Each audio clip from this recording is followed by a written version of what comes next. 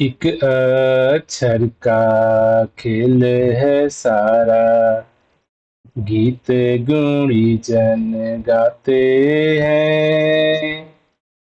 एक अक्षर का खेल है सारा, गीत गुणीजन गाते हैं।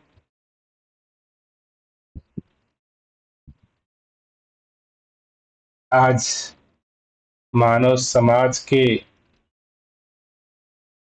अधिकतर परिवार को हम देखते हैं, किसी न किसी रूपों में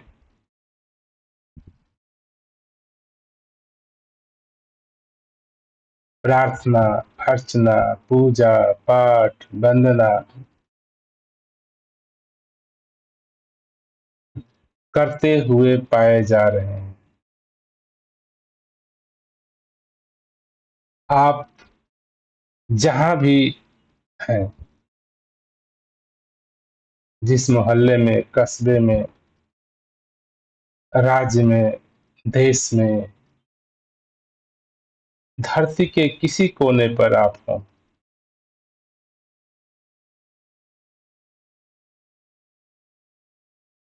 चाहे आज का मानव समाज हो, चाहे हमारे पूर्वज रहे हों, पूर्वज के पूर्वज रहे हों, जब मानव सभ्यता प्रारंभ हो रही थी,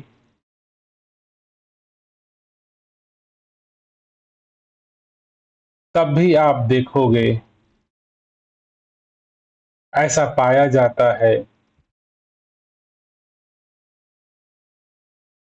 कि मानव परिवार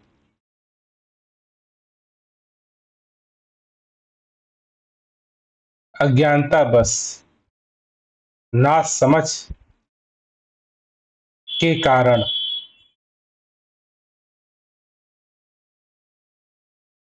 नाना प्रकार के देवी देवता, प्रार्थना, गुरु, भगवान, ईश्वर, गॉड, अल्लाह, नाना प्रकार के नामों को प्रार्थनाओं के रूप में, गीत भजनों के रूप में, संस्कारों के रूप में, प्रथाओं के रूप में किए चले जा रहा है।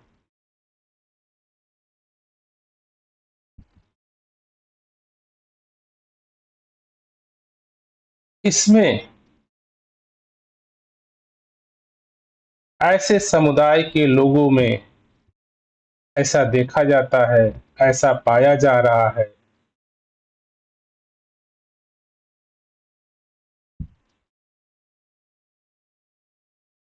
कि लोग, वो समाज कहीं न कहीं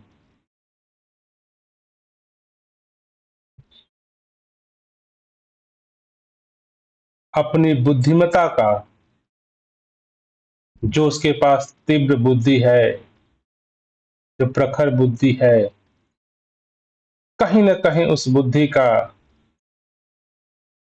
उपयोग ज्ञान की प्राप्ति, सच्चाई की समझ में न लगा करके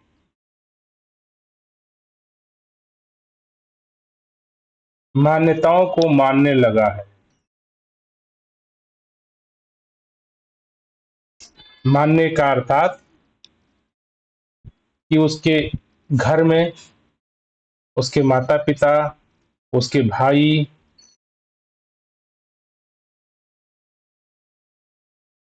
उसके पूर्वज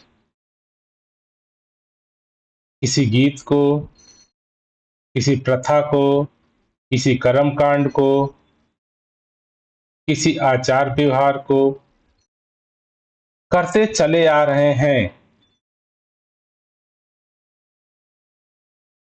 उसको उसी रूप में करना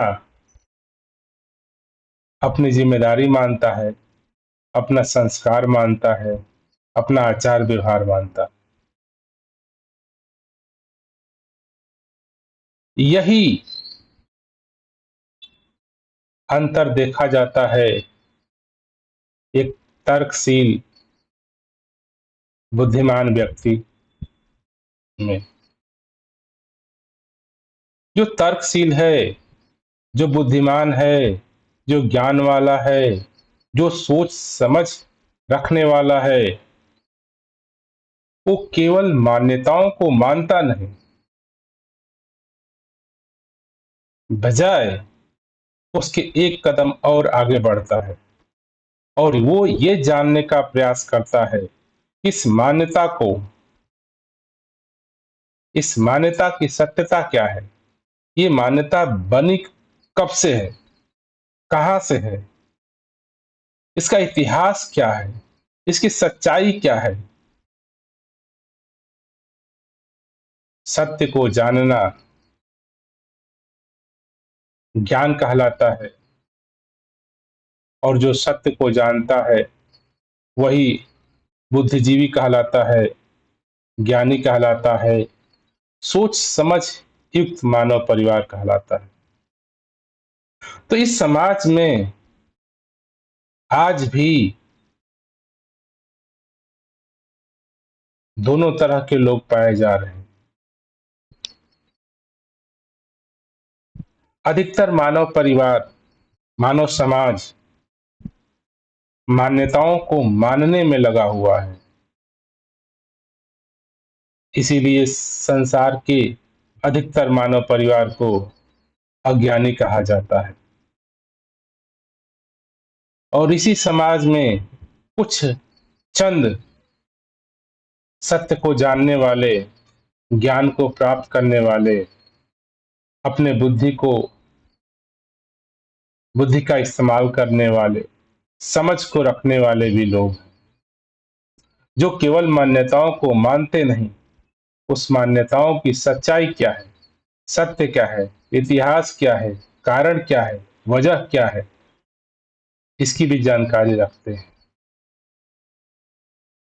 तो ये जो वाणी है आज की, एक अक्षर का खेल है सारा, गीत गुणी जन गाते हैं।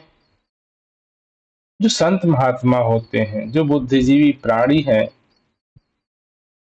जो अपने मन मस्तिष्क का इस्तेमाल, सदुपयोग करके इस सत्य को जानने का प्रयास करते हैं। किसी भी मान्यताओं को, चाहे वो मान्यता हो आत्मा की, परमात्मा की, ईश्वर की, भूत की, प्रेत की, पुनर्जन्म की, पाप की, पुण्य की, अच्छे की, बुरे की, लाभ की, हानि की, डर का, मौत का, नाना प्रकार के प्रश्न आज हमारे समाज में प्रचलित है। कोई डर के या भय से पूजा कर रहा है, प्रार्थना कर रहा है, परमात्मा की भक्ति कर रहा है, याद कर रहा है, उसको कहीं डरा दिया गया है, उसके मन में भय पैदा कर दिया गया है। केवल भय के कारण वो परमात्मा की भक्ति करता है, प्रार्थना करता है, पूजा करता है, पाठ करता है, मंदिर जाता है, मस्जिद जाता है, गुरुद्वारे जाता है, देवी देवताओं के पास जाता है। उसके पीछे कारण है उसका डर, उसका भय।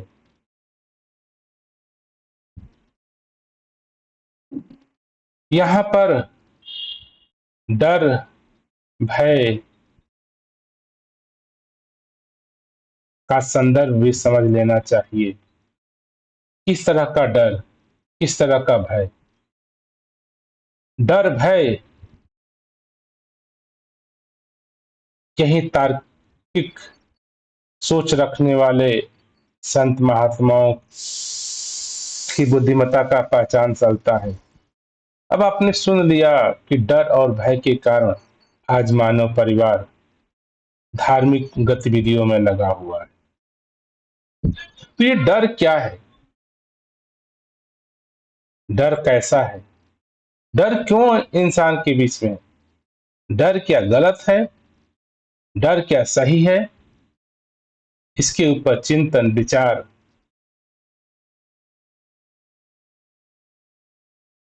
बुद्धिजीवियों का पहचान है। एक तो मानव परिवार है कि सुन लिया कि डर है और प्रार्थना सेवा पूजा अर्चना मंदिर मस्जिद करने लगा। और एक मानव परिवार है, उसका अगला प्रश्न खड़ा होता है कि डर क्या अच्छा है? डर क्या बुरा है? कौन सा डर अच्छा है? कौन सा डर बुरा है? डर का सोर्स क्या है? डर है क्यों? क्या हम इसके ऊपर विचार करते हैं? क्या हम इस पे सोचने का प्रयास किए कभी? घर में आप देखते हैं छोटा बच्चा होता है, ये बड़े बच्चे होते हैं, कोई मंदिर नहीं जाता है, कोई मस्जिद नहीं जाता है, नाना प्रकार के डर दिए जाते हैं। किसी को डर दिया जाता है तुझे हानि हो जाएगी, तुझे तकलीफ आ जाएगी, तुझे नुकसान होगा, तो पाप योनि को प्राप्त करेगा, तुझे कष्ट भोगना पड़ेगा। ये नाना प्रकार के डर सुन करके हम सोचने का प्रयास नहीं करते, फिर उन गतिविधियों में लग जाते हैं, क्योंकि मुझे डर से बचना है।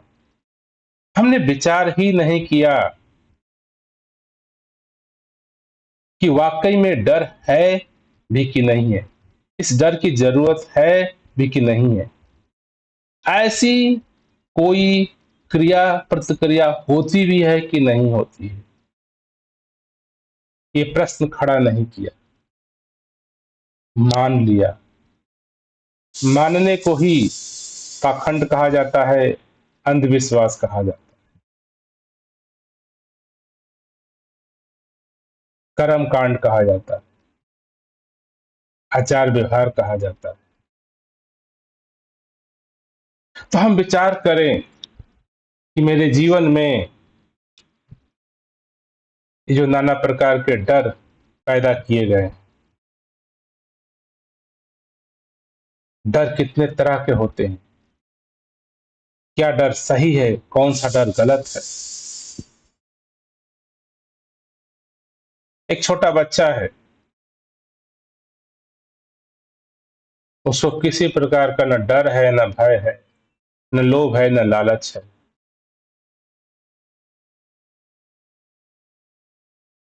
क्या उसके जीवन में डर होना चाहिए या नहीं?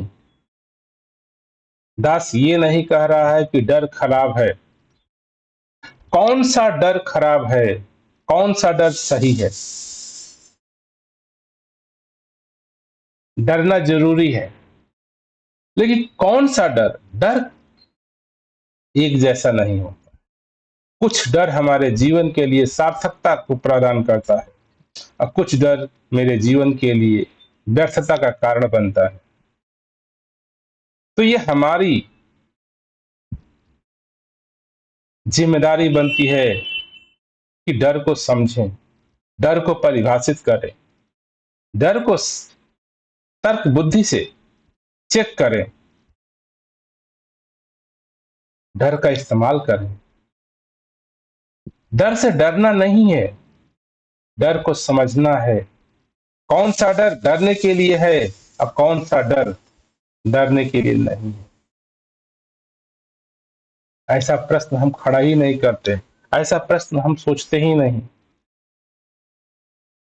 देखिए, उदाहरण के लिए एक बच्चा को मैं कहूं कि आग की तरफ नहीं जाना, हाथ जल जाएगा, उसको डर मैं दिखाने का कोशिश कर रहा हूं, लेकिन उसको डर का ज्ञान नहीं, उसको डर का बोध नहीं, डर का अनुभव नहीं, उसने जीवन में डर देखा नहीं। तो ये जो डर शब्द है,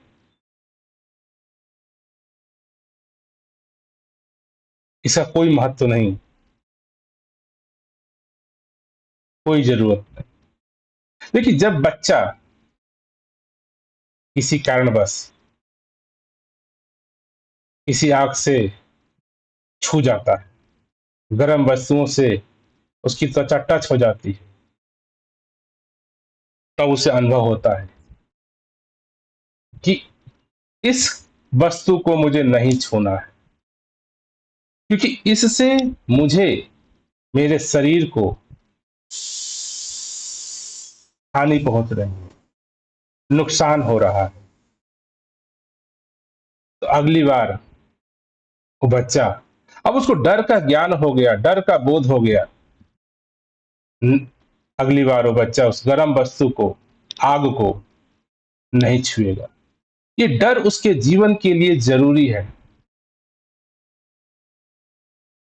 जीवन को सार्थक बनाने के लिए ये डर होना चाहिए कि कहीं आग में मेरा हाथ न जल लगा, कहीं आग गर्म वस्तुओं के साथ मैं खेलूं नहीं, उसको टच नहीं कर।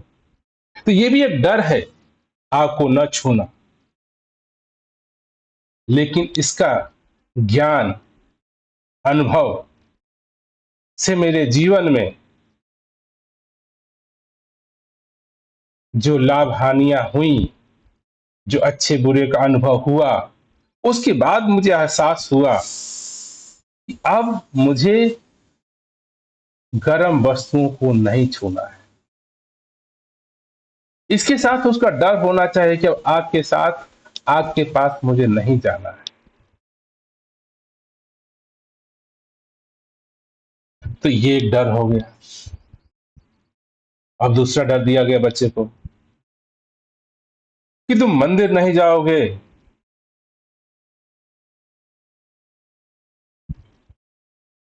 तो भगवान नाराज हो जाए। तो जो पहला डर था, जिससे बच्चे ने सबक लिया, इसे जीवन में मुझे दुख का कारण से बचाव, डर पैदा करता है। अगर डर है अग्नि से, गर्म वस्तुओं से, तो मेरे जीवन की रक्षा हो। अब ये डर जो बच्चे के अंदर पैदा हो, इसका ही जो मानव परिवार है, जिसको हम कहते हैं माता पिता, गुरुजन परिवार, स्कूल विद्यालय, शिक्षा देने वाले, धर्म शास्त्र,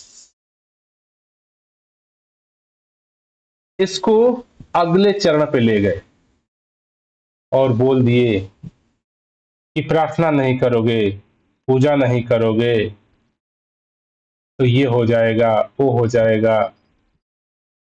अब इसकी सत्यता, इसका अनुभव, इसका ज्ञान बच्चे को नहीं हुआ कि परमात्मा क्या है, परमात्मा की पूजा करनी है कि नहीं करनी है, करने से क्या होगा, नहीं करने से क्या होगा, क्या भगवान है या नहीं है, क्या वाकई में परमात्मा नाराज होता है। ये नाना प्रकार के प्रश्न उठने चाहिए थे, लेकिन छोटे बच्चे होने के कारण जीवन के एक दो अनुभव, जिसमें माता पिता की बात मैंने नहीं मानी थी, बेटा गर्म पानी में हाथ मत डालना, और मैं नहीं माना, हाथ मेरा जल गया, तो मुझे सबक सीख गया हूं। अगर माता पिता की बात नहीं मानूंगा तो मुझे नुकसान उठाना पड़ेगा। तो जो बच्चा निडर पैदा हुआ था, उसको कहीं ना कहीं ऐसा ज्ञान होने लगता है कि जो माता पिता हैं, जो पूर्वज हैं, समाज हैं, रिश्तेदार हैं, जो बड़े लोग हैं, अगर मैं इनकी बातों को नहीं मानता हूँ, तो मुझे नुकसान उठाना पड़ सकता है। मुझे दुःख का सामना करना पड़ सकता है। मुझे दुःख का अनुभव होता है, क्योंकि वो कुछ ऐसा जीवन में देखा। बेटा, बिस्तर पे कूदना नहीं, गिर जाओगे। और कूदते-कूदते बच्चा नीचे गिर गया बेड से। उसे दुःख का, दर्द का अनुभव हुआ। उसको ज्ञान हो गया कि इनकी बातें तो मुझे माननी चाहिए। नहीं मानूँगा तो दुःख, दर्द।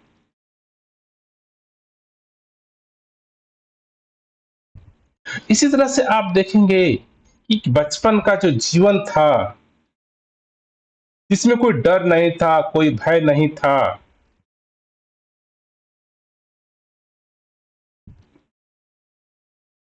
अपने अनुभव से सीखा, करके सीखा।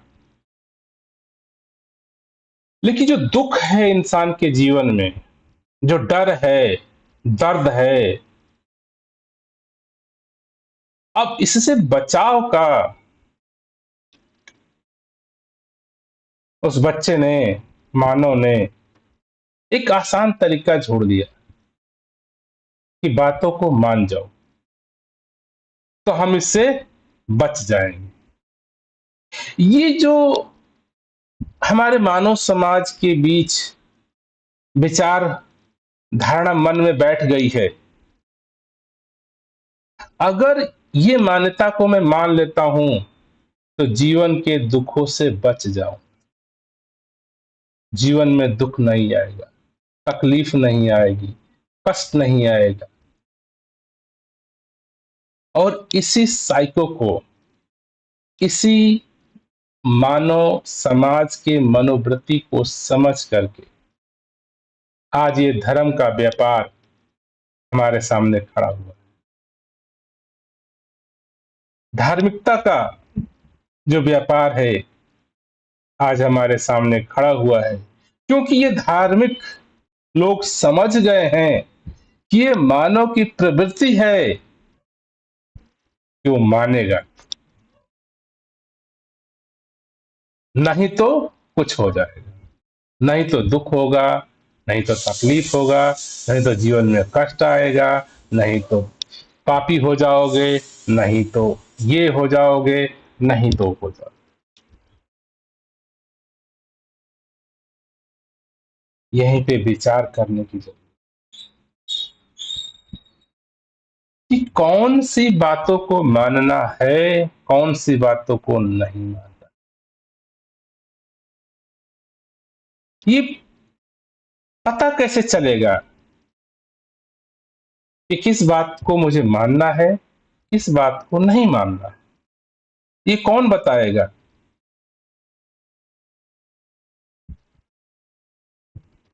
ये हम सबकी खुद की जिम्मेदारी बनती है।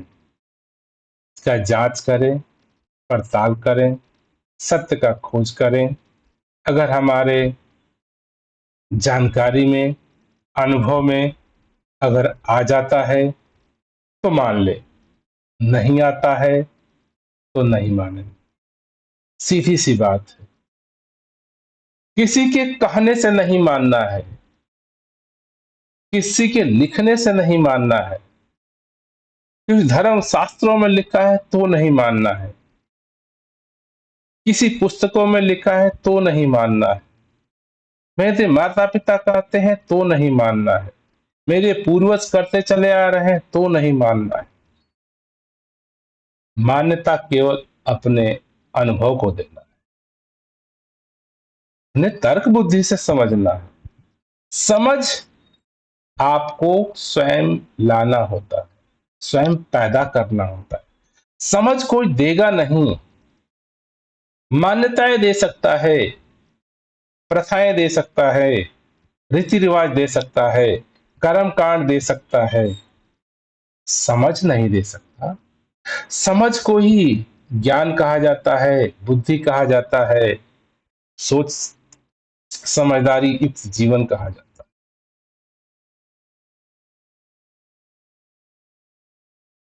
तो जो बात चल रही थी मानने और न मानने, डर और भय की,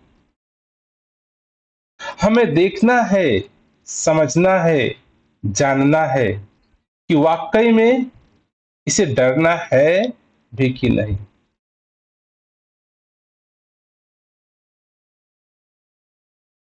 यहाँ पे नाना प्रकार के तर्क दिए जाते हैं। ये तर्क दिए जाते हैं कि हर चीज को आप जान नहीं पाओगे, समझ नहीं पाओगे, आपकी बुद्धि नहीं। ये नाहियत बच्चों को समझाने का तर्क है। बच्चा भी उस चीजों को करके जानता है, अनुभव से जानता है। डरता भी है तो अनुभव से डरता है। हाँ, आग छूने से हाथ जल जाएगी, चाकू से हाथ कट जाता है, अनुभव से जानता है। आपको कह दिया गया आत्मा है, परमात्मा है।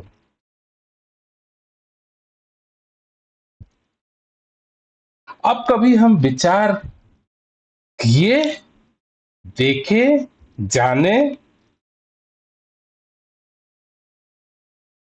क्या आत्मा है, या मान लिए अधिकतर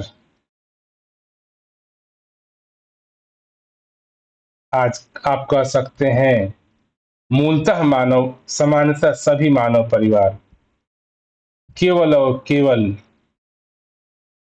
मानता है।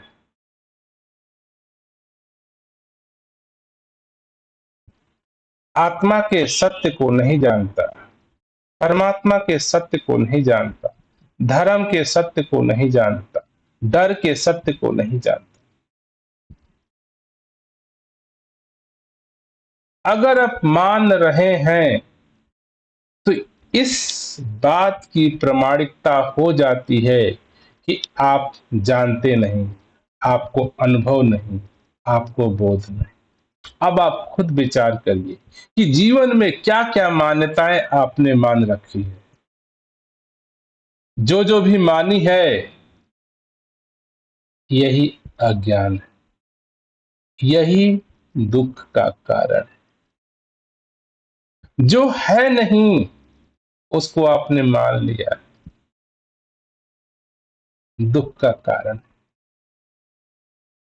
जिसको जानते नहीं उसको मान लिए हैं, दुख का कारण है। यही कारण है कि आज मानव समाज का, समानतः सभी मानव परिवार इस बात को मानते हैं कि जीवन दुख ही दुख जीवन में भर, पल पल पे जीवन विभिन्न प्रकार के दुखों के कारण घिरा हुआ है। इसी को देखते हुए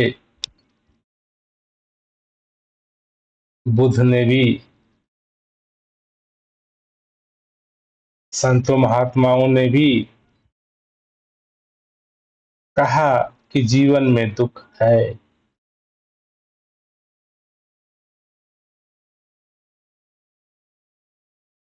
दुख क्यों है? अगला प्रश्न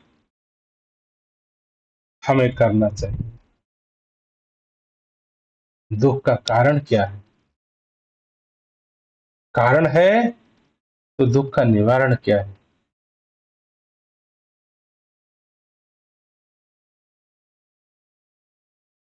उत्तर आता है समझ, उत्तर आता है सत्य की जानकारी।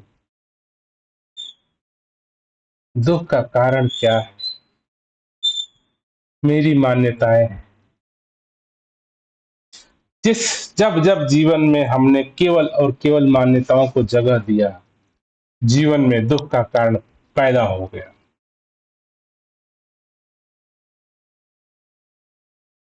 आप विचार करिए आपके जीवन में कितनी सारी मान्यताएं।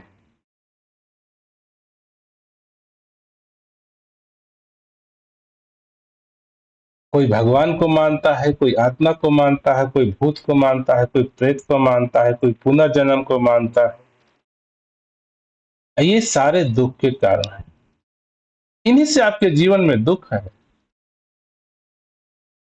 जीवन दुख है दिख रहा है, लेकिन पता नहीं क्यों दुख है।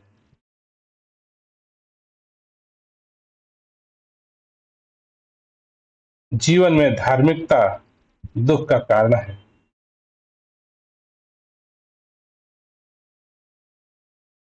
नाना प्रकार के लोग आपको ये भी पाठ पढ़ाएंगे कि धार्मिकता ही एक रास्ता है जिससे जीवन सुखमय हो सकता है।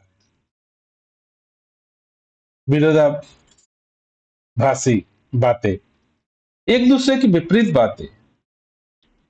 दास कह रहा है जीवन में धार्मिकता ही जीवन के दुख का कारण है, और एक तरह समाज कह रहा है कि धार्मिकता ही एक कारण है, एक रास्ता है जिससे जीवन सुख को प्राप्त कर सकता है।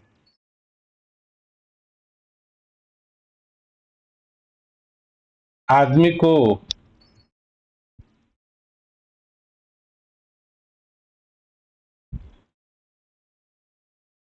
यही चाहते कि मेरे जीवन में सुख आ जाए,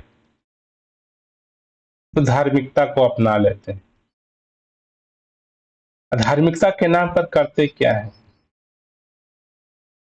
मान्यताओं को मानते हैं, कर्म कांड को करते हैं, पूजा पाठ को करते हैं, व्रत नेम उपवास को करते हैं, और इनको करने से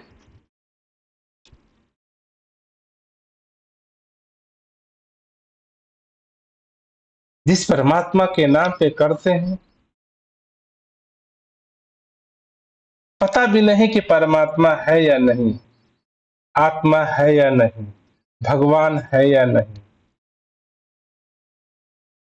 इतनी बड़ी विडंबना है। कैसे मानव परिवार मान लेता है, कैसे लोग विश्वास करते हैं कि परमात्मा है, आत्मा है। न जिसको देखा है, न जिसको जाना है, न जिसको अनुभव किया है, केवल सुनी सुनाई बातें, लिखी पढ़ी हुई बातें।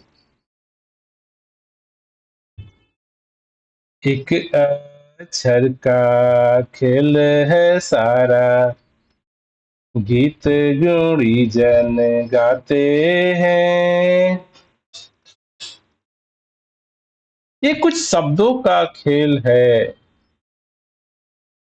कोई शब्द रच दिया आत्मा, कोई शब्द रच दिया परमात्मा। शब्दों का मूल वस्तु से होता है। अगर एक शब्द है रोटी, अगर मेरे जीवन में रोटी है, एक शब्द है सेब, एक वस्तु है सेब।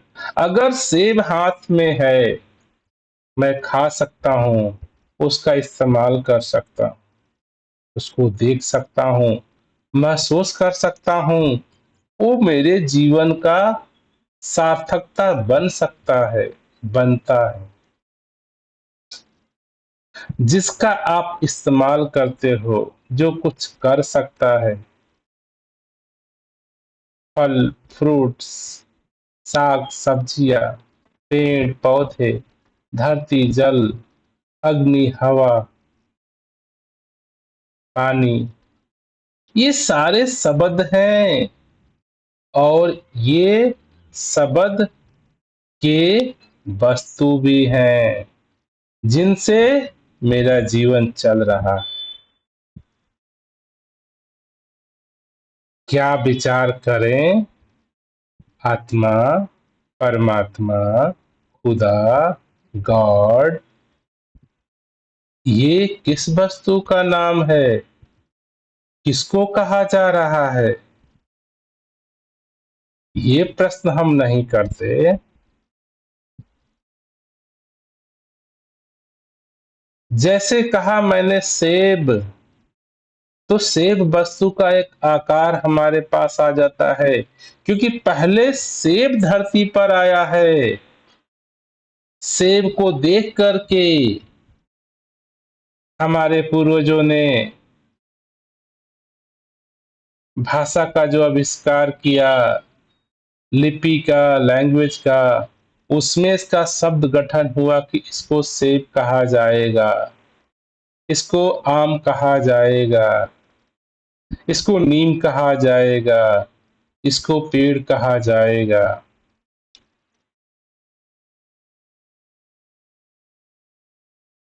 ये वस्तु है, इसका जीवन में सदुपयोग है।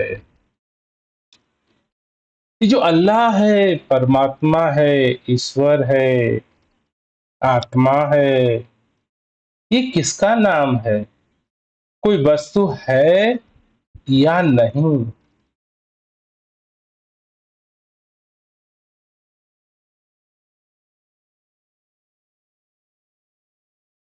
विचार करिए।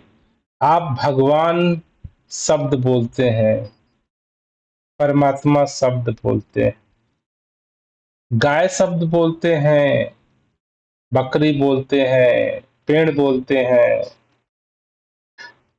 जैसे मैं पेड़ पौधे बोलूं तो आपको लगता है कि हाँ, ये एक आकृति है, ये पेड़ है, हमने देखा है।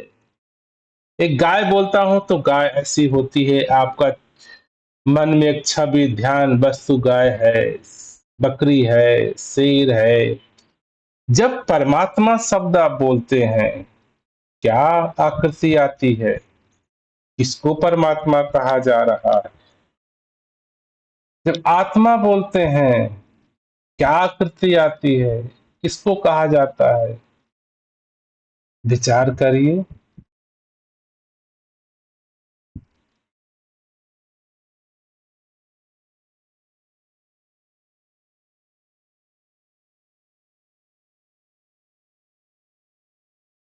आप कुछ सोच पाए? कुछ ध्यान में आया? भगवान क्या है? कहीं ना कहीं आप भगवान के नाम पे जो आपको कोई मूर्ति, कोई फोटो, राम का, कृष्ण का, शिव का, देवी का, दुर्गा का, जो चित्रों में, जो किताबों में आकार बना दिए गए हैं, कहीं इसको आप ध्यान कर पाते हैं? अधिकतर यही पाया जाता है। भगवान कहते ही किसी को बुद्ध की आकृति, राम की, कृष्ण की, जीसस की, मोहम्मद की, नानक की, रैदास की, कबीर की, गुरु नानक की, इनका तो नहीं मुझे ख्याल आता।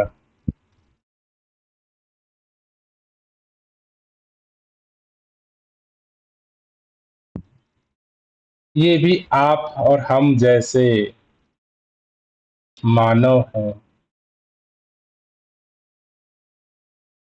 मानव थे। कुछ कल्पना के थे, कुछ कहानियों के हैं, कुछ हकीकत के हैं। राम कृष्ण कहानियों के पात्र हैं, मंदिरों के पात्र हैं।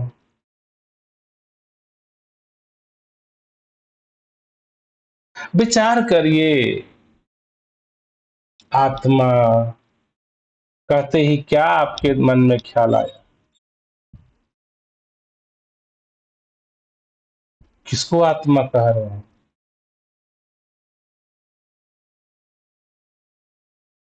तो जब इंसान के बस में कोई चीज समझ नहीं आता है ना, उसको बोलते हैं अज्ञान। जिसका आपको पता नहीं, उसको बोलते हैं अज्ञान। तो भगवान, आत्मा, परमात्मा, ऐसा तो नहीं कहीं ये अज्ञान का प्रतीक है? विचार करो, जिस चीज को आप जानते नहीं, अज्ञान नहीं हुआ, असमझ नहीं हुआ?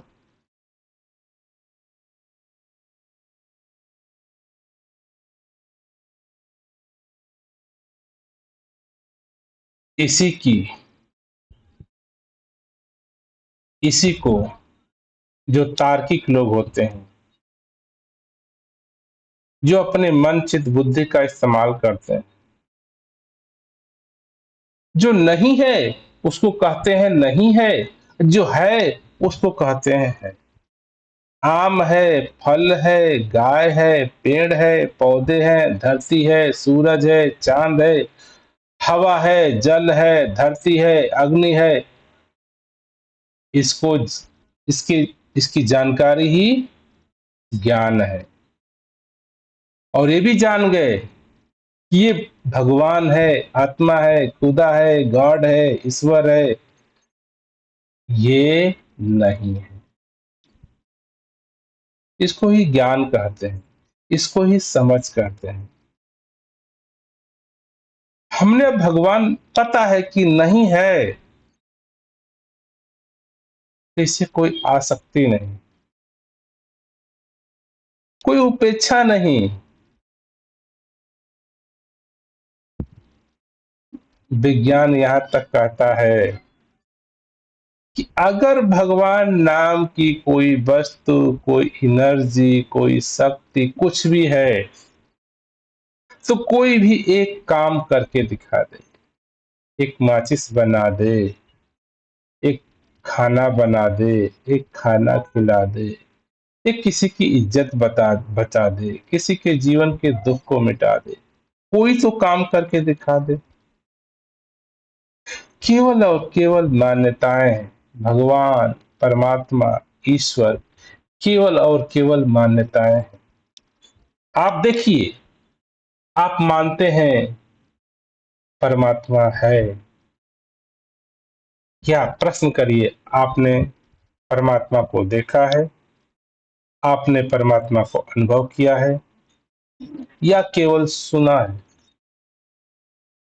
कानों के द्वारा शब्दों को आपने सुना है, अक्षरों को सुना है, भगवान, परमात्मा, आत्मा।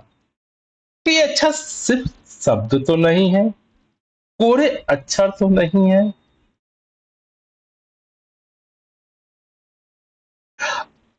अगर परमात्मा है तो आप विचार करिए, क्या करता है आपके जीवन में? उसने क्या किया? खाना बना दिया, दाल बना दिया, रोटी बना दिया, बिजनेस बना दिया, पैसे दे दिया, गृहस्थी दे दिया, कपड़े दिया। कोई भी काम आप परमात्मा से किए हो या परमात्मा ने किया है तब तो करेगा। ये हमें समझ ही नहीं आता। हम मान लेते हैं कि परमात्मा कर देगा, मेरा भला कर देगा, मेरा बुरा कर देगा, मेरा अच्छे बुरे कर्मों का लेखा जोखा देख रहा है। बता, ये परमात्मा होगा तब तो देखेगा। देखने के लिए आंख चाहिए, करने के लिए हाथ चाहिए। परमात्मा कैसा है? नाना प्रकार की कल्पनाएं आपको दे दी गई। अब जो धार्मिक लोग हैं, अपने बात को मनवाने के लिए आपको नाना प्रकार के तर्क देते हैं कि हे इंसान, तू पापी है, तू तुच्छ है, तू छोटा है, तेरे कर्म अच्छे नहीं, तू परमात्मा को नहीं देख सकता, तू परमात्मा को नहीं देख सकता। परमात्मा इन आंखों से देखा ही नहीं जाता। कहते हैं कि परमात्मा को तू आंखों से नहीं देख सकता, परमात्मा को तू अनुभव नहीं कर सकता। परमात्मा का कोई आकार नहीं। परमात्मा हर जगह है। परमात्मा कण कण में है। परमात्मा सबको पैदा कर रहा है। ये नाना प्रकार की परिभाषाएं आपको दी जाएंगी और आप इन परिभाषाओं को सुन करके एक बार भी प्रश्न नहीं खड़े करते हो। एक बार प्रश्न नहीं खड़े करते हो कि अगर परमात्मा देखा नहीं जाता, सुना नहीं जाता, जाना नहीं जाता, अनुभव में नहीं आता, बोध में नहीं आता, तो जो पंडित, पूजो पुजारी, धार्मिक पुस्तकें लिखने वाला ब्राह्मण समाज कहां से लिख दिया, कैसे बोल रहा है? प्रश्न खड़ा कर दीजिए कि आपने देखा है, आपने सुना है। जब ये देखा नहीं जाता, जाना नहीं जाता, सुना नहीं जाता, तो ये कहने वाला कितना धूर्त है, कहने वाला कितना पाखंडी है, कहने वाला कितना चालाक है, और हम इस चालाक चतुराई को समझ भी नहीं पाते। इतनी गप हाँक दिया परमात्मा के नाम पे और हम एक प्रश्न खड़ा नहीं कर पाए।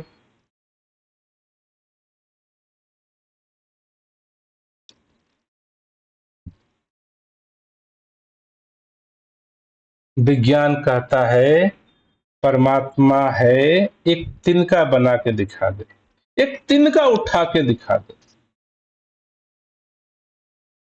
क्योंकि जो होगा तो करेगा, जो है ही नहीं क्या कर सकता।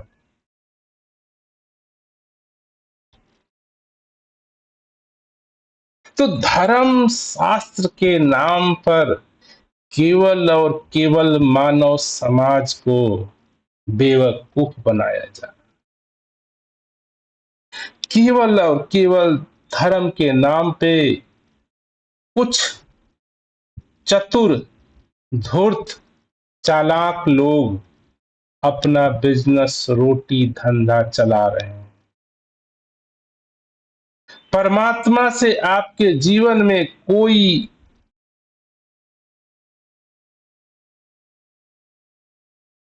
बदलाव नहीं होता। जो चीजें है नहीं, जो हो नहीं सकती हैं, उसको हम मानव परिवार इन धार्मिक धूर्तों के वजह से माने चले जा रहे हैं। ये हमें क्यों नहीं दिखता धर्म की चतुराई, परमात्मा की चतुराई? ये केवल पाखंडियों का, ब्राह्मणों का, कुछ कामचोर, जाहिल, चतुर लोगों का, लालची लोगों का पाखंड है। धार्मिकता, धर्म, परमात्मा, आपके जीवन में परमात्मा की कोई जरूरत नहीं। जो है नहीं उसकी जरूरत क्या है? आपका जीवन है, जीवन में हवा, पानी, धरती, आकाश, पेड़ पौधे, फल, सब्जियां, दूध, दही, जानवर जो हैं, इससे आपका जीवन चल रहा है। ये वास्तविक धर्म है। वास्तविक धर्म है, धरती है, सूरज है, हवा है, अग्नि है। ये धर्म, वास्तविकता धर्म आपका ये है। इससे आपका जीवन चलता है, इससे जीवन सुख होता है, इसी से जीवन दुख होता है। जो है नहीं, न उससे जीवन में सुखी हासिल हो सकता है, न उससे जीवन में दुख हासिल हो सकता है। आप बताइए, जीवन में जो भी बहुमूल्य अति जीवन के लिए जरूरत है, वो आपके पास है। परमात्मा, धर्म आपके जीवन की अति आवश्यक वस्तुओं में नहीं आता। परमात्मा के बिना आपका जन्म हुआ, आप बड़े हो रहे, पढ़ रहे हैं, लिख रहे हैं। आज समाज में धर्म, परमात्मा को मानने वाले, धर्म परमात्मा को न मानने वाले, दोनों जनसंख्या में। अगर आप विचार करिए, वाकई में धर्म आपके लिए अति आवश्यक है, तो हर मानव परिवार के लिए होना चाहिए था। श्वासों को लेना अति आवश्यक है, इसके बिना कोई जीवन संभव नहीं, कोई मानव जिंदा नहीं रह सकता। ये अति आवश्यक है, चाहे धार्मिक हो अधार्मिक हो, दोनों श्वासें ले रहे हैं। ये सत्य है, ये सच्चाई है, ये धर्म। जो चीजें ऑप्शनल है, वो धर्म नहीं हो सकता। परमात्मा, ईश्वर, धर्म ऑप्शनल है। कुछ लोग मानते हैं, कुछ लोग नहीं मानते। इसी से सत्यापित होता है कि परमात्मा, धर्म नाम की आपको कोई जरूरत नहीं। इसके बिना भी आपका जीवन सरल, सहज, सुगम, सुखमय हो सकता है। परमात्मा से, ईश्वर से, गॉड से जीवन में डर, भय, पाप, पुण्य, स्वर्ग, नरक का डर, भय जीवन को और दुखमय बना देता है। इसलिए दास कहता है कि धार्मिक लोगों के जीवन में डर, दुख ज्यादा है। एक नास्तिक है, एक साइंटिस्ट है, एक वैज्ञानिक है, एक तार्किक सोच वाला है, एक सत्य को जानने वाला है, एक ज्ञानी पुरुष है, उसका जीवन भी सुखमय है, बिना किसी धार्मिक कर्म कांड के बिना। तो जीवन को सुखी बनाने के लिए धार्मिकता की जरूरत नहीं, धर्म का कोई भी जरूरत नहीं, क्योंकि बिना धार्मिक गतिविधियों के भी जीवन सरल, सहज जिया जाता है। आज हमारा पूरा वैज्ञानिक सोच रखने वाले लोग, सत्य को जानने वाले लोग, जो ज्ञानी लोग हैं, वो धर्म के क्रिया, कलाप, कर्म, कांड के बिना जीवन सुखमय, आनंद रहित जी रहे हैं। तो सबसे पहले इस बात को हम मानव परिवार समझने का प्रयास करें। जीवन सत्य है, आप सत्य हो, श्वासें सत्य है, धरती सत्य है, सूरज सत्य है। सत्य को जाना जाता है, सत्य सबके लिए होता है, सत्य जरूरी है। सत्य कोई ऑप्शन नहीं है कि हम चुने या ना चुने। सांसों का लेना सत्य है, हवा का होना सत्य है, धरती का होना सत्य है, पृथ्वी का होना सत्य है, आकाश का होना सत्य है। इसके बिना जीवन संभव नहीं। सभी मानव परिवार के लिए धरती चाहिए, आकाश चाहिए, सूरज चाहिए, हवा चाहिए, पानी चाहिए। ये सत्य है, ये वास्तविक धर्म है, ये सनातन धर्म है।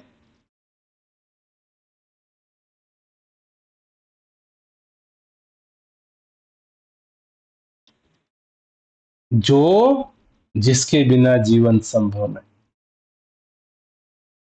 आपका जो राम, कृष्ण, नानक, मोहम्मद, ईसा, जो परमात्मा के मूर्ति, आकृति, कर्म कांड बना रखे, इसके बिना भी जीवन सफल, इसके जीवन बिना भी जीवन सरल है। परमात्मा धर्म ऑप्शन नहीं है कि हम चूज करें या न चूज करें। जो भी मान लीजिए या न मानिए, जहां शक है वो सत्य नहीं हो सकता। जहां संभावना है कि हो सकता है या नहीं हो सकता है, वो सत्य नहीं हो सकता। सत्य सबके लिए है, असत्य जरूरत है। सत्य के बिना जीवन संभव नहीं, लेकिन परमात्मा का है या नहीं है, यही प्रश्न खड़ा है।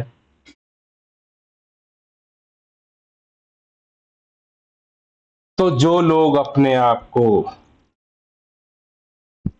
धार्मिक, राम कृष्ण को मानने वाले, शिव महेश को मानने वाले,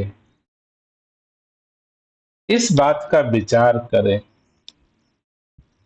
सोचें कि हम कल्पनाओं को क्यों सच मान रहे हैं। ये सब कहानियां हो सकती हैं बच्चों को, समाज को शिक्षा देने के लिए, आदर्श पैदा करने के लिए। इनको हम केवल कहानी क्यों नहीं माने, इतिहास क्यों मान रहे हैं, राम को इतिहास क्यों मान रहे हैं, कृष्ण को इतिहास क्यों मान रहे हैं। एक कहानियां हो सकती हैं बच्चों को सुनाने के लिए, समझाने के लिए। इनसे सत्य कोसों कोसों दूर है। धर्म से, धार्मिकता से, कर्म कांड से, पाखंड से, अंधविश्वास से परमात्मा का कोई लेना देना नहीं, सत्य का कोई लेना देना नहीं। कर्म कांड, पाखंड, रीति रिवाज केवल और केवल चंद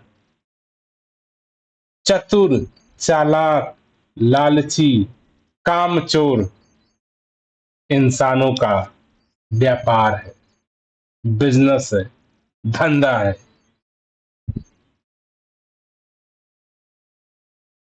एक मंदिर में बैठा पंडित पुजारी को पता है कि ये मूर्ति उसके जीवन में कोई काम नहीं कर सकती है, लेकिन इसके इसी मूर्ति से मैं लोगों को बेवकूफ बनाते हुए उनसे चंदा पैसा लेकर के अपना जीवन चला सकता।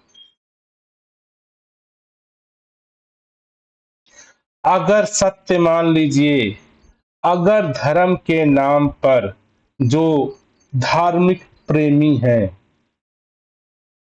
अगर इस धर्म के व्यवसाय से वाकई में धार्मिक प्रेमी हैं, मंदिर मस्जिद मूर्ति कुछ उनके जीवन में कर सकती है, मात्र सोच के देखिए। यहां से धन को, पैसे को हटा दीजिए। मंदिर, मस्जिद, गुरुद्वारे जहां भी है, मात्र पैसे को हटा दीजिए। वास्तविक, वाकई में धर्म है, परमात्मा है, खुदा है, प्यार करिए, प्रेम करिए, पूजा करिए। पैसा मात्र इन जगह से हटा दीजिए। आज से मात्र कुछ समय बाद ये सारे खंडार हो जाएंगे, भगवान लुप्त हो जाएगा। किसी का रोजी रोटी मूर्तियों से, परमात्मा के नाम से नहीं चल सकता। अगर वाकई में धर्म है, भगवान है, तो केवल जाके आप पूजा करिए, पाठ करिए, दान दक्षिणा पैसा लेन देन बंद कर दीजिए। सारे मंदिर बंद हो जाएंगे, सारे पुजारी भगवान धर्म नाम का बिजनेस खत्म हो जाएगा। देख लीजिए, मूर्तियां बना करके, पत्थरों की मूर्तियां बना बना करके, ये चतुर ब्राह्मण समाज है या जो चतुर मानव है, केवल और केवल समाज को बेवकूफ बना रहा है। उस पुजारी को भी पता है कि इस मूर्ति से एक काम नहीं हो सकता, एक के जीवन में 1 रुपए का भी काम नहीं हो सकता, मूर्ति से या भगवान से या आत्मा से, परमात्मा से। ये बात पंडित, पुजारियों, ब्राह्मणों को पता है। वो केवल इसका इस्तेमाल अपना व्यापार चलाने के लिए कर रहे हैं। ये बहुजन है, जो आम मानव समाज है, इनकी चतुराई को नहीं देख पा रहा है। भीड़ चाल हो गया है मानव परिवार। जहां भीड़ देखा नहीं, क्या कर रहे हैं लोग? आंख बंद करके, कान बंद करके, बुद्धि विवेक को ताक पे रख के वही काम करने लगता है। ये पढ़े लिखों का भी हाल है। अच्छे अच्छे पढ़े लिखे लोग भी इन्हीं कर्म कांडों में, इन्हीं मूर्तियों के सामने जाकर के धन चढ़ाते हैं, पैसा देते हैं, और ये आशा लगाते हैं कि ये परमात्मा है, कुछ कर देगा। ये बिजनेस है, ये धंधा है, व्यापार है। इसके अलावा धार्मिकता कुछ भी नहीं। धर्म कुछ भी नहीं। ये जो चतुर चालाक ब्राह्मण परिवार है, जो ब्राह्मण जातवाद है, ये सच्चाई को जानता है कि मंदिर, मस्जिद, राम कृष्ण केवल और केवल उनके हथकंडे हैं। इन मूर्तियों से वो अपना रोजी रोटी चला रहा है। वो बेवकूफ लोगों को बना पा रहा है। ये चतुर चालाक की निशानी। और जो ये मेरा बहुजन परिवार है, जो मानव समाज है, इन चतुराइयों को नहीं देख पा रहा है, समझ नहीं पा रहा है। ये पाखंड है, पाखंड है।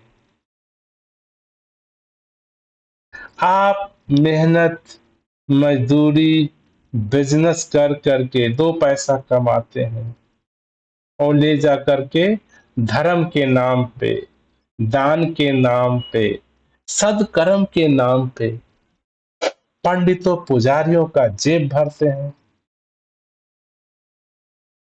क्या परमात्मा को पैसे की जरूरत है?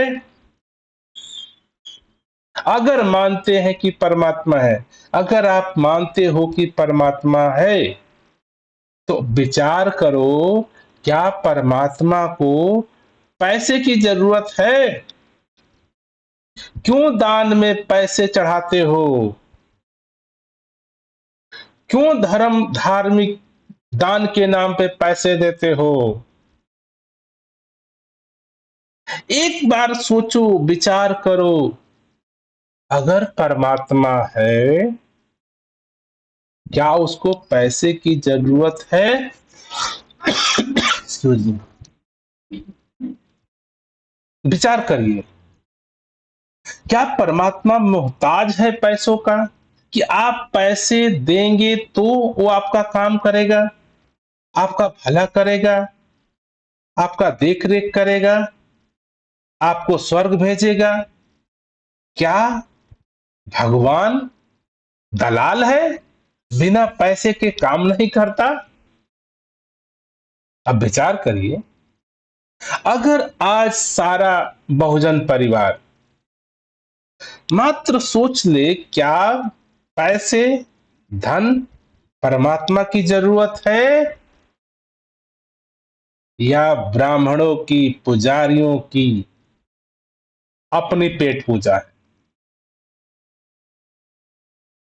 आपके पैसे के दान देने से केवल और केवल पंडित पुजारियों का जेब गर्म हो रहा है। वो बिना काम किए, बिना मेहनत किए, बिना मजदूरी किए, मुफ्त में बैठ के खाना चाह रहे हैं। और हम इतना मेहनत मजदूरी कर करके सुबह से शाम दान के नाम पे, सदकर्म के नाम पे, धर्म के नाम पे, स्वर्ग के नाम पे उनको पैसे दे रहे हैं।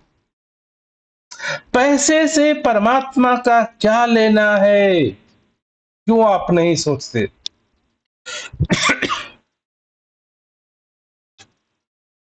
अगर वाकई में परमात्मा है तो उसको पैसे की जरूरत नहीं। इतना गरीब आपका परमात्मा है?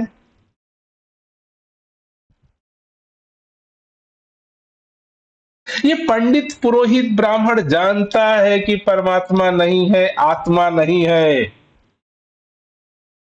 लेकिन आप क्यों नहीं जानते हैं?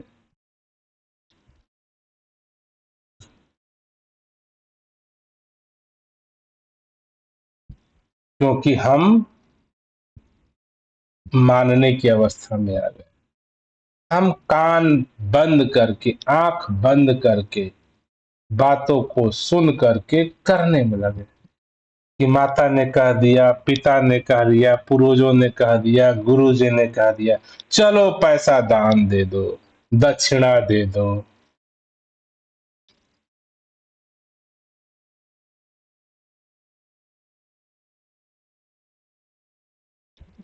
परमात्मा से हमारा, ब्राह्मणों का, किसी का कोई लेना देना नहीं। परमात्मा कुछ भी नहीं करता है, परमात्मा कुछ भी नहीं होता है। आप सारी सोच समझ प्रैक्टिस करके देख लीजिए, परमात्मा कुछ भी नहीं करता है। आप विचार कर लीजिए, अगर परमात्मा होता, अगर कुछ भी कर सकता था, तो आज समाज में इतना दुख क्यों? हर समय बच्चियों पे बलात्कार, शोषण, मार पीट क्यों हो रहा है? क्या ये परमात्मा देख रहा है? परमात्मा को अच्छा लगता है? ये जो मानव समाज के ऊपर जो सो काल अपर जाति के लोग हैं, पंडित पुजारी लोग हैं, शोषण कर रहे हैं बहुजन के लोगों का, जाति के नाम पर, मजहब के नाम पे, धर्म के नाम पे, दिन रात आप समाचार पढ़ लीजिए, इतना शोषण हो रहा है, इतना शोषण हो रहा है।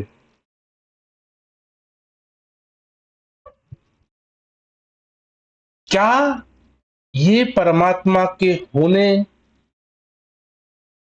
क्या परमात्मा के द्वारा बनाया गया संसार समाज है? अगर कोई परमात्मा इस संसार को, हमको, सबको बना रहा है, सबकी पालन पोषण कर रहा है, तो दुख क्यों बनाया? दर्द किसी को क्यों दे रहा है? पीड़ा किसी को क्यों दे रहा है? एक आदमी दूसरे आदमी को क्यों सता रहा है? क्यों बलात्कार हो रहा है? क्यों रेप हो रहा है? क्यों डकैती हो रही है? क्यों चोरी हो रही है? क्यों किसी को जात के नाम पे सताया जा रहा है, अछूत के नाम पे सताया जा रहा है, नीच जात के नाम पे सताया जा रहा है, मारा जा रहा है? क्या परमात्मा, भगवान कुछ कर नहीं सकता? अगर हम भगवान, अगर इस समाज की दशा को देखते हैं, समाज की परिस्थिति को देखते हैं, तो ये प्रमाणित हो जाता है कि भगवान कुछ नहीं करता। भगवान कहीं कल्पनाओं का देन है, शब्दों का देन है, अक्षरों का देन है। हकीकत में, सत्य में, सच्चाई में इसका कोई रोल नहीं। ये प्रमाण आज का हमारा मानव समाज है, जो मानव परिवार हमारा है। ये परिवार हमारा इस बात को प्रमाणित करता है। क्या आपको प्रमाण चाहिए? रोड पे निकल जाए, देख लीजिए गरीबी हालत, किसी को खाने की लाले पड़े हैं, किसी को कपड़े नहीं, कोई भीख मांग रहा है, किसी के दुख है, किसी का दर्द है, कोई सता रहा है, कोई मार रहा है, कोई किसी को पीट रहा है, कोई किसी को गाली दे रहा है, कोई किसी को गुत्ता दे रहा है। अगर परमात्मा कुछ भी कर सकता, तो क्या यही कर रहा है?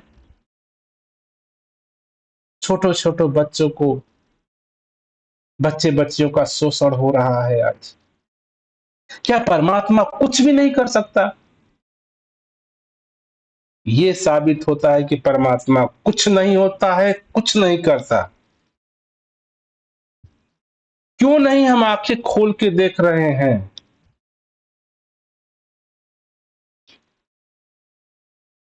अगर वाकई में आपको धर्म के नाम पे दान देना है, मेहनत करना, कुछ करना ही है, तो एक गरीब को खाना खिला दीजिए, किसी को पढ़ा दीजिए, किसी के जीवन के उद्धार के लिए काम कर लीजिए। शायद आप किसी जीवन के लिए, किसी इंसान के लिए भगवान बन सकते हैं, कि उसके जीवन का उद्धार कर सकते हैं, किसी को दो रोटी दे सकते हैं, किसी को शिक्षा दे सकते हैं।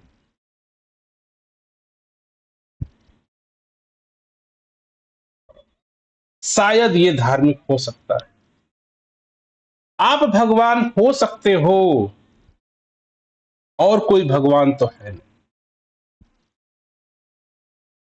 कोई संसार में भगवान नहीं। आप हो सकते हो अपने कर्मों से एक के जीवन को, किसी के जीवन में दो हंसी के पल ला दो, किसी शोषित महिला बच्ची को बचा दो, किसी बच्चे का जीवन बना दो। अगर कर सकते हो, अगर क्षमता है, तो भगवान आप बन सकते हो। आप करते हो, आप करता हो। जो धर्म के नाम पे, पाखंड के नाम पे जो भगवान पैदा किया गया है, वो कुछ नहीं करता है, और इसका जीता जागता सबूत हमारा मानव परिवार है। आप समाचार उठा के देख लीजिए, किस दिन बच्चियों पे शोषण का खबर नहीं है, बच्चों पे शोषण का खबर नहीं है, ऊंची जात का नीची जात के ऊपर शोषण नहीं है। ये समाज क्या परमात्मा ने बनाया है? नहीं। ये प्रमाणित करता है कि परमात्मा नहीं है, क्योंकि वो कुछ कर नहीं सकता, ना के बराबर है। इसी को बुद्ध ने कहा कि परमात्मा है नहीं, आत्मा है नहीं। जब को कुछ कर ही नहीं सकता तो क्यों हम मान रहे हैं? सिर्फ मान्यताओं में है, ख्यालों में है, शब्दों में है। एक अक्षर का खेल है सारा, गीत गुड़ी जन गाते हैं। सिर्फ शब्द है, सिर्फ अक्षर है। कोई भगवान कह रहा है, कोई गॉड कह रहा है, कोई ईश्वर कह रहा है, कोई खुदा कह रहा है। शब्दों का प्रार्थना है, शब्दों का पूजा है, शब्दों का ग्रंथ है, शब्दों का शास्त्र है।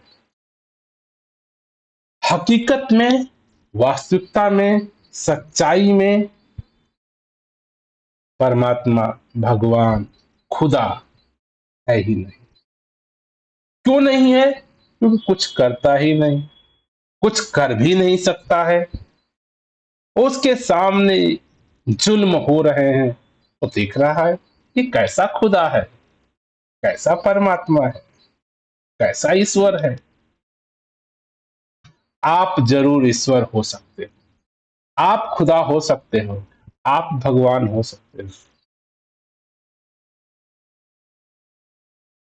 आप कर सकते हो, आप किसी की मदद कर सकते हो, किसी की रक्षा कर सकते हो, किसी का पेट पालन कर सकते हो, किसी का पोषण कर सकते हो। आप वाकई में खुदा हो, आप परमात्मा हो, आप ईश्वर हो। अगर कहना ही है तो करता आप हो।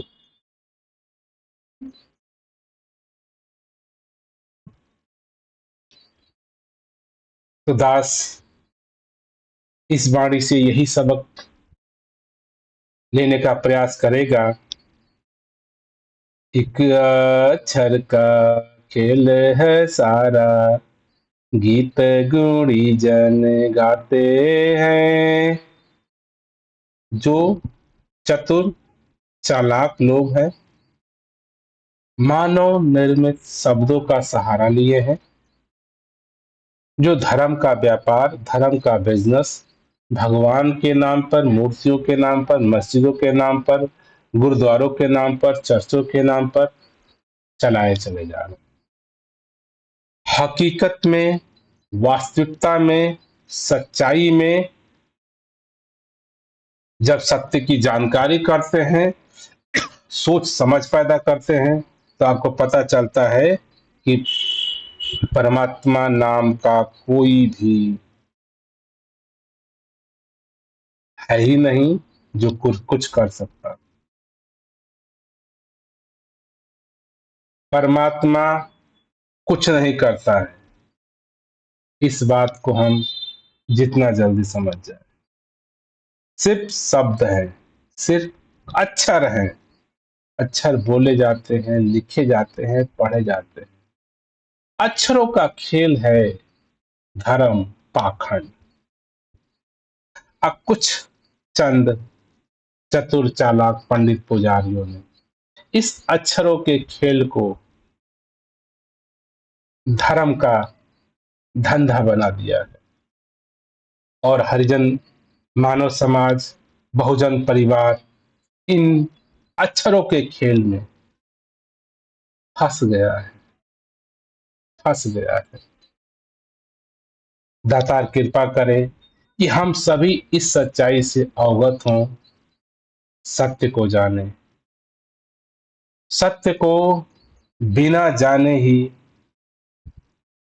भगवान अस्तित्व में है, परमात्मा अस्तित्व में है, आत्मा अस्तित्व में है। जिस दिन सच्चाई का बोध होता है, सत्य का बोध होता है, उसी दिन जीवन में वास्तविकता आ जाती है। हमारा जीवन वास्तविक है, हमें वास्तविक होकर ही जीवन जी सकते हैं। वास्तविक सत्य की जानकारी, सत्य की जानकारी, समझ। दातार कृपा करे हम सभी इस सत्य से वाकिफ हो पाए, सत्य को जान पाए। सत्य के साथ जीवन जिए। सत्य शब्द नहीं, शब्द अक्षर, भगवान, परमात्मा, ईश्वर, गॉड केवल और केवल शब्द है, अक्षर है। अक्षर और शब्द से वास्तविक सत्य का, परमात्मा का कोई लेना देना। सत्य सत्य है। सत्य को अक्षर की जरूरत नहीं, शब्द की जरूरत नहीं, लेन देन की जरूरत नहीं। तो दातार कृपा करे, हम सभी सच के साथ जीवन को सार्थक, सरल, वास्तविक बनाते चले जाएं।